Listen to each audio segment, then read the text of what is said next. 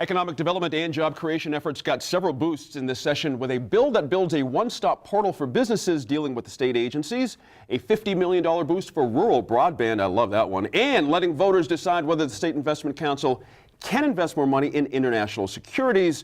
But one policy area that could fall in between both loss and win categories had to do with indigent care and hospitals. The state legislature did pass a bill that provides a way for counties to fund care for those who can't or won't pay for their care, but it leaves the Indigent Care Fund short of millions of dollars for hospitals to get the full match in federal funds. Rachel, what a classic New Mexico dilemma this is. When you don't have enough money to kind of run things individually, you got to do a group effort and you need federal match and all that kind of thing. Where did legislators kind of leave this one off? Something just didn't quite click here as far as the hospitals are concerned. What was your point of view on that? I think this was really positioned by the hospital industry as a must-win. Right. Jim Hinton from Presbyterian came out at the Economic Forum a few weeks ago and said we could have 7 hospitals around the state, around rural areas in the state, close without this funding.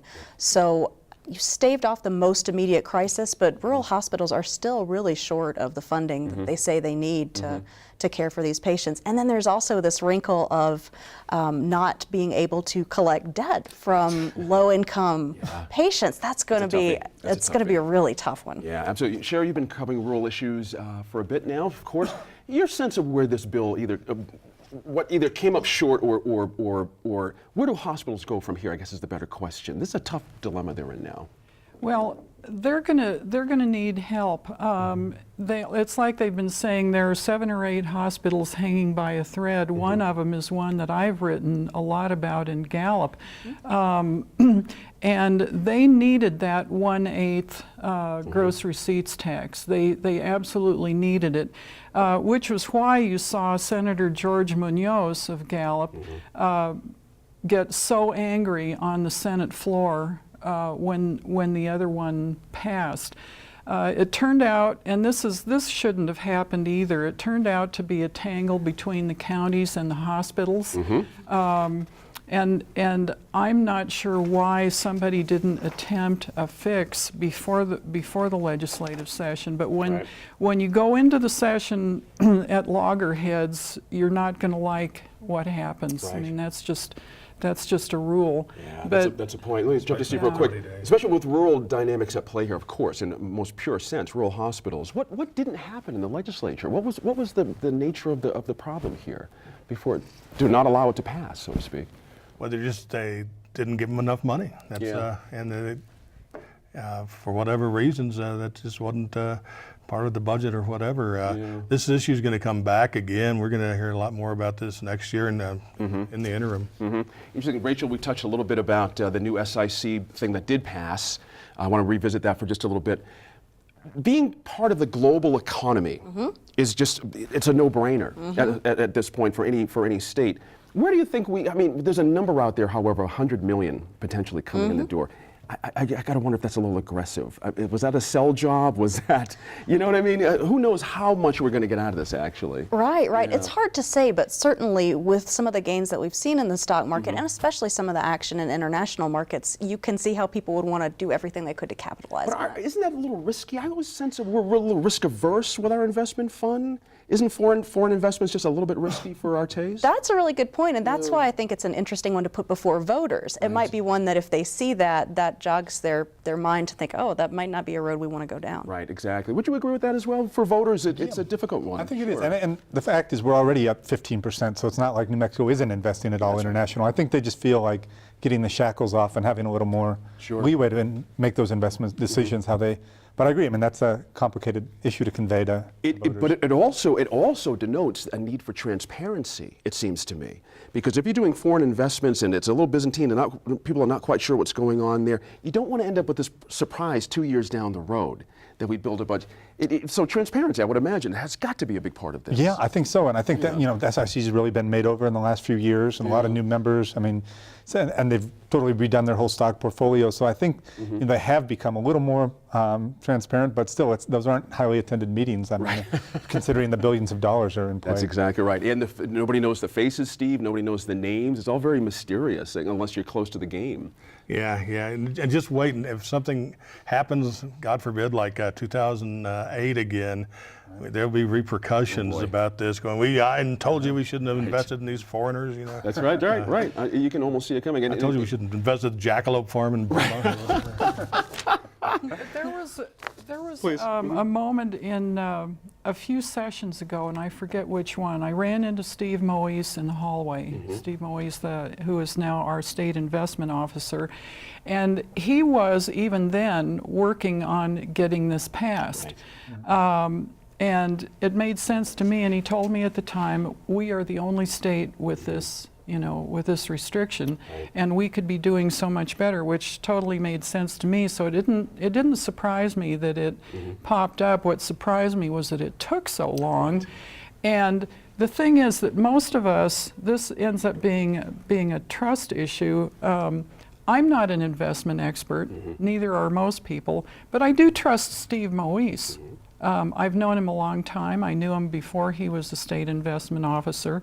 And if he says that we can do well with this, and they have plenty of safeguards in place, I think it's worth it. Sure. Let's see how this goes. Now it's time to put these guys on the clock.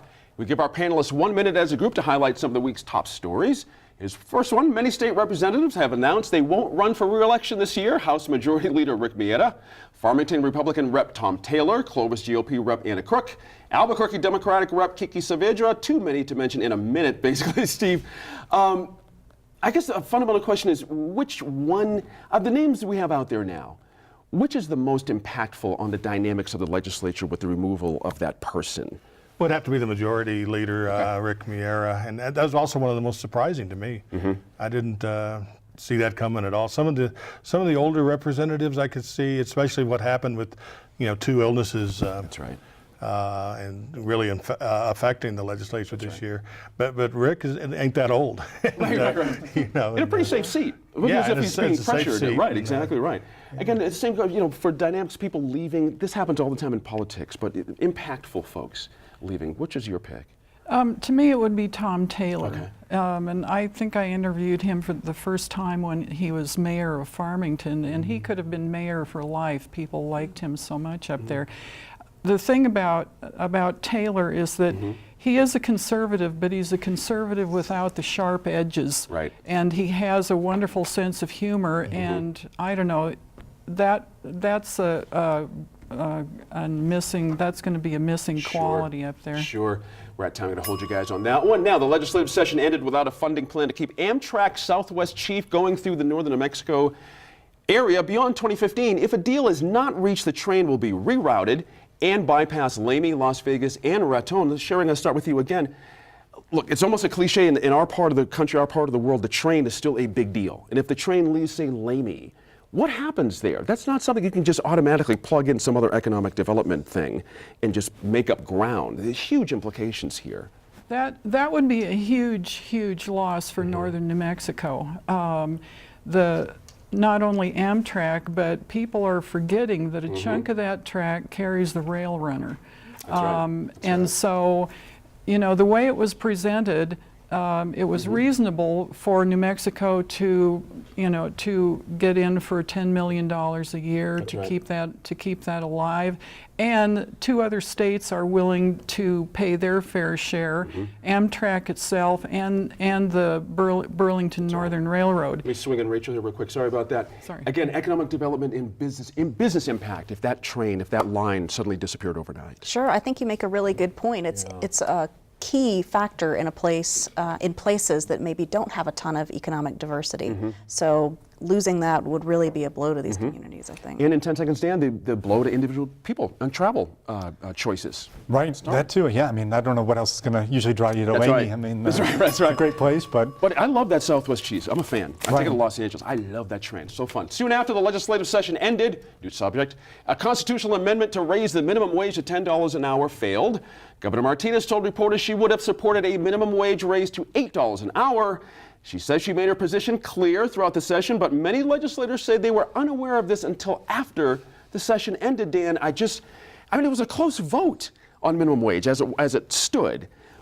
In your mind, would $8 an hour have cleared everything and we'd be having that as law? I don't know. I mean, I think that some Democrats probably think that wouldn't be enough, but but it would be higher than $750 it is now. Sure. I thought it was interesting that even Stuart Ingle, the Senate Republican leader, said he didn't know of the governor's position on that. So interesting. if that was her position, it wasn't necessarily articulated to all members of the legislature. Right, exactly. For business, I mean, $750 to $8 is not that big of a deal. 1010's a whole other deal altogether. Right, You know what I right. mean? So yeah. Do you think business would have been okay, or just would that have been the crack in the wall, so to speak, with an $8 an hour? I think $8 an hour is, that 50-cent difference is, just like you said, it's very different from looking at a $10 an hour minimum wage. I think you would have gotten less pushback, probably. Sure. Lessons learned for folks that want to have minimum wage here in the state. Looking back, could there have been a different approach, perhaps? A lot of people had heartburn with the constitutional amendment about process, Yep. and that was a way to get around the governor vetoing it. Sure. So I don't know. I was surprised when I heard the governor say that she supported the $8. Right. That's interesting. All right. In her speech concluding the legislative session, Governor Martinez avoided discussing the failed bill that would have repealed the law allowing undocumented immigrants to receive driver's licenses. Her re-election campaign, however, posted a message reminding voters of her desire to repeal this law a day after the session ended. A day. Rachel, Governor Martinez hasn't been able to get this done in the legislature. Is it still a viable campaign issue for her in your mind's eye? It's a challenging one. I mean, she has made this such a signature issue, and to have had no movement on it for multiple sessions now, that's tough. But there's some meat on the bone there somewhere. There's some polling out there, of course, that supports this idea. So why shouldn't she stay on this? Well, and she said that she's not going to change her mind on this, but I did think this year, there was no attempt to blast it out of the House as in previous years. And I think the sense maybe is people have already taken their votes. It's pretty clear where people are at on the issue, so no need to spend a lot more time on it, but I think we will see it in the election this year. Dan made a good point there. It just sort of came and went in the middle of the session. It was interesting to watch that circumstance happen. Yeah, I was surprised there's no blast effort. Paul Pacheco was correct. It wouldn't have passed the Senate. Yeah. It would have been a waste of time and just a day, and would have caused tensions to rise and the whole bit. Sure. Your thoughts on this, Sherry? 10 seconds?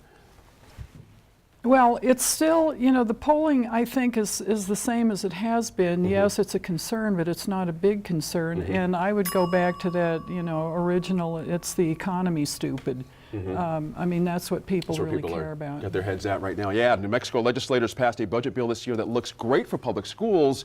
Teachers will get raises, classroom sizes will decrease, and there's money to help kindergarten through third grade students improve their reading skills. Governor Martinez, however, said she has plans to take advantage of her line item veto power while passing this budget. Last year, the governor vetoed similar language that would have raised pay for teachers. And Steve, it's funny. It's difficult to guess how much of this budget's going to pass through her desk and make it. We can't sit here and think about this. But on this particular issue, what's your thought here? The governor's in a kind of a strong position here, it seems to me. Oh yeah, she has a veto pen. That's pretty strong. There you go. Right. But I don't know if she'll veto that that part of the bill. She made no indication that she would, and she's called for raises for teachers.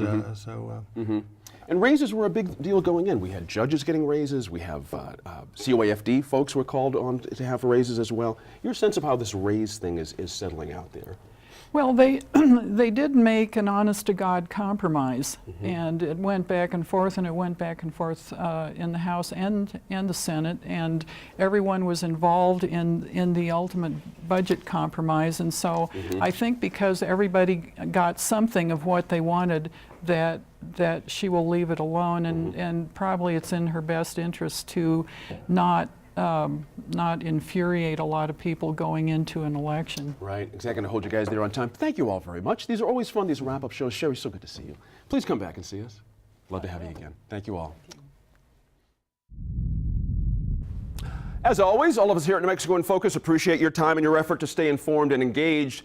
Catch up with us anytime on social media by searching New Mexico in Focus, and you can find archived interviews and lots of bonus material from our shows on our YouTube channel and at newmexicoinfocus.org.